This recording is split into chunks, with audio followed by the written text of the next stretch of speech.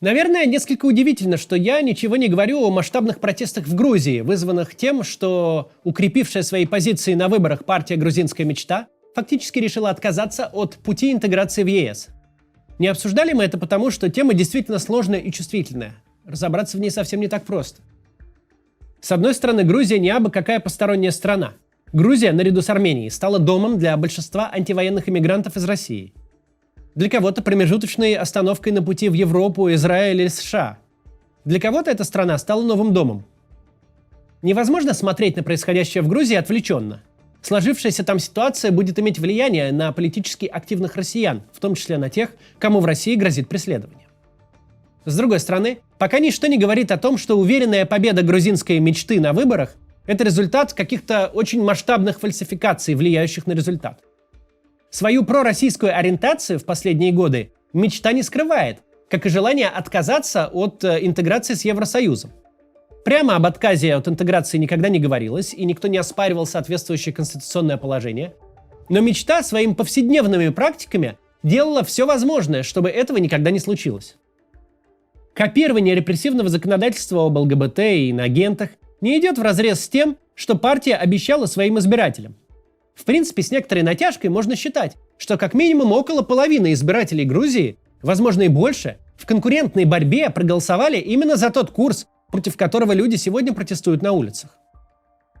Происходящее в Грузии не похоже на события в Беларуси 2020 года, когда в пух и прах проигравший выборы диктатор решил никуда не уходить и избивать граждан дубинками. Не похоже на события в Украине, когда Виктор Янукович отказался от евроинтеграции в пользу таможенного союза, развернувшись на 180 градусов, чем вызвал понятную ярость в обществе. В Грузии политическая сила, честно пришедшая к власти, честно делает то, что и обещала. С третьей стороны, одобрять политику по закручиванию гаек внутри страны, тем более одобрять фестиваль полицейского насилия, это уж никак у нас язык не поворачивается. Вся риторика грузинской мечты слово в слово повторяет путинскую. Вся их политическая программа нацелена на монополизацию власти. Какой-то баланс тут очень сложно выдержать. Легитимно пришедшая к власти сила демонстрирует ровно ту политику, которую обещала. Политика эта объективно ни к чему хорошему не ведет, и протестующие протестуют совершенно не без повода. У них есть основания переживать за будущее. Поэтому мы построим разговор иначе. Поговорим о том, в какой ловушке оказались небольшие страны по соседству с Россией, и какие выборы, часто между плохим и очень плохим, им приходится делать, и почему.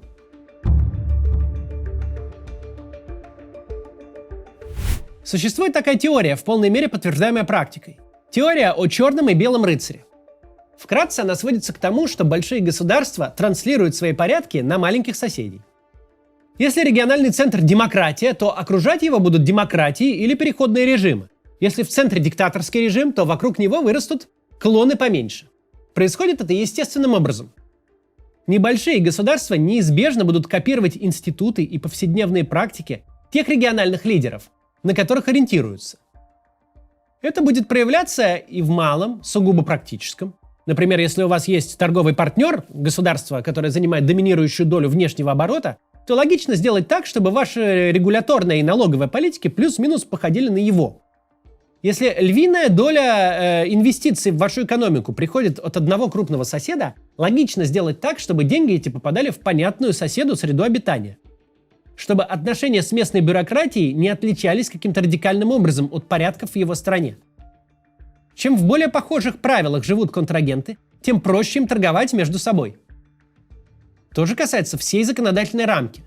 Если между странами существует постоянный и активный поток людей, то все заинтересованы, чтобы люди эти не сталкивались с какими-то экзотическими правилами. Никому не будет хорошо, если, условно говоря, у одного соседа легально однополые браки, а там, куда все толпами ездят на выходные, однополые контакты караются смертной казнью.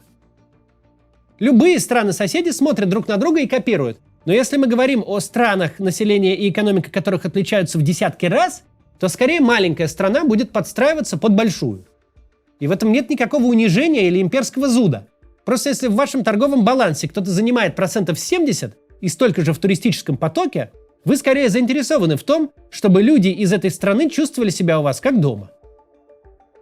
То же касается и политического режима. Странам со сходными институтами власти и системами принятия решений гораздо проще взаимодействовать между собой. И политически проще. Все-таки если ты политик в большой демократической стране и до потери пульса обнимаешься с каким-то уж совсем откровенным людоедом, твои избиратели могут такого не понять. Также проще чисто технически. Когда у вас похожая система принятия решений, важные для обеих сторон решения принимать легче. Поэтому, если региональный лидер у нас демократия, то вокруг него будут либо такие же демократии, либо режимы, которые будут прилагать большие усилия к ее имитации. К этим довольно простым идеям сводится теория белых и черных рыцарей. Большая доминирующая сила в регионе, хочешь или не хочешь, транслирует свои законы, понятия и представления о прекрасном на соседей поменьше. Сейчас обсудим, как эта теория работает в случае с Арменией и особенно Грузией, но сначала небольшая реклама. Посмотрите, пожалуйста. Пляжный отдых традиционно самый популярный у россиян, особенно у жителей больших городов. А что если бы можно было поехать не в курортный отель, а в собственный домик? Где-нибудь на Бали? Думаете, это недостижимая мечта? Не такая уж и недостижимая, если остальное время этот домик сдавать. На самом деле это довольно популярный вид инвестиций, и существуют компании, которые предлагают такую недвижимость под ключ. Я вам сегодня хочу рассказать про Break Property, одного из крупнейших девелоперов на Бали. Они работают с 2016 года и построили больше 44 тысяч квадратных метров высококлассной курортной недвижимости. А сейчас они запускают проект Elysium.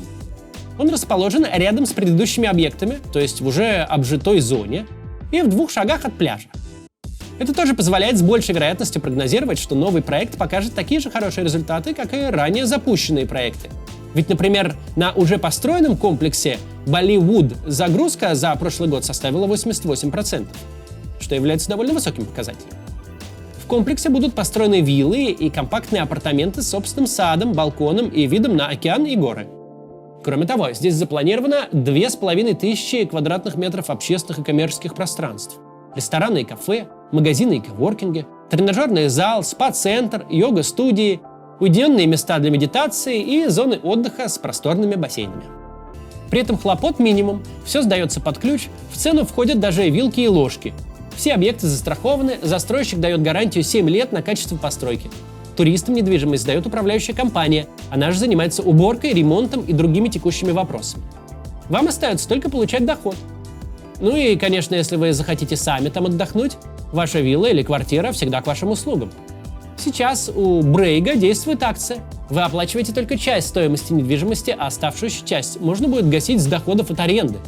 А с промокодом MAXCATS вы получите специальные условия на обслуживание от управляющей компании, что еще больше увеличит доходность инвестиций. Все подробности по ссылке в описании. А еще у Брейга есть русскоязычный YouTube-канал, где рассказывают о тонкостях инвестиций в недвижимость на Бали. Заходите, изучайте и подписывайтесь.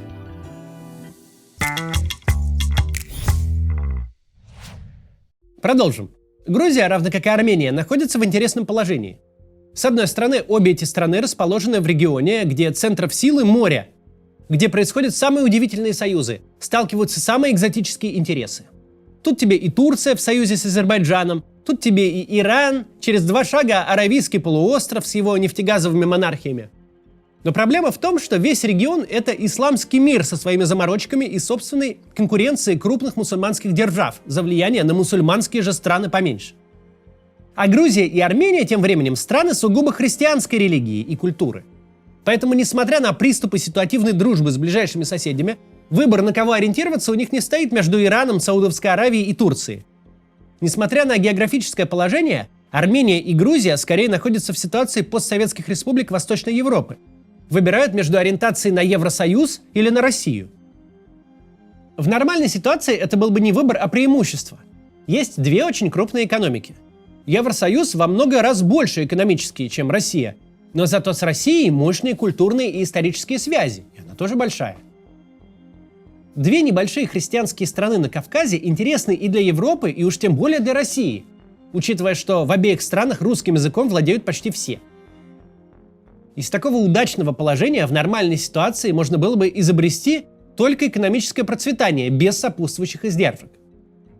Но ситуация ненормальная. Россия сегодня — это режим Владимира Путина, который не просто де-факто является черным рыцарем, но даже не пытается хотя бы формально этого скрывать.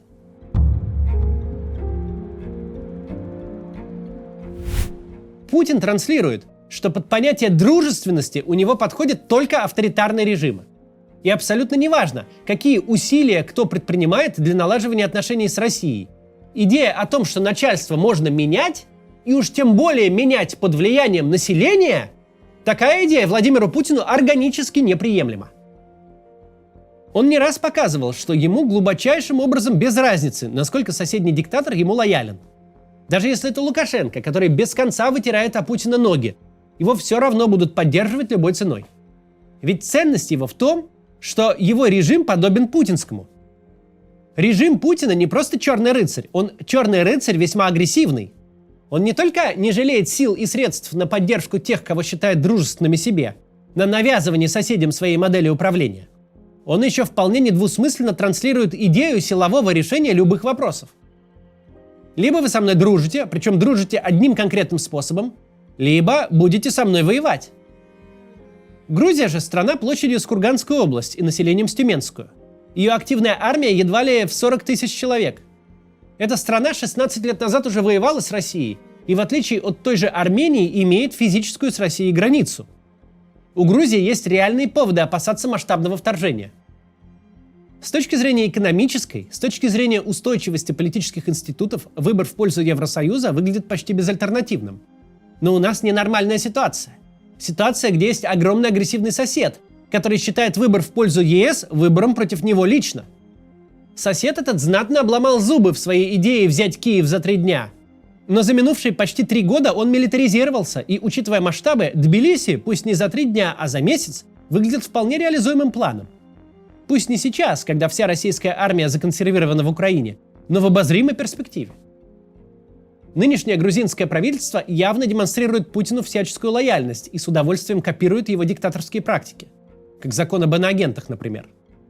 Но нельзя в нынешней ситуации сказать, что они прям такие вот плохие и враги грузинского народа, которые оборвали путь страны в Евросоюз исключительно с целью монополизации собственной власти. Не надо забывать, Грузия соседствует с очень агрессивным, иррациональным режимом, который строит нынешнюю легитимность на внешней агрессии и считает, что интеграция постсоветских республик с Европой – это враждебный акт.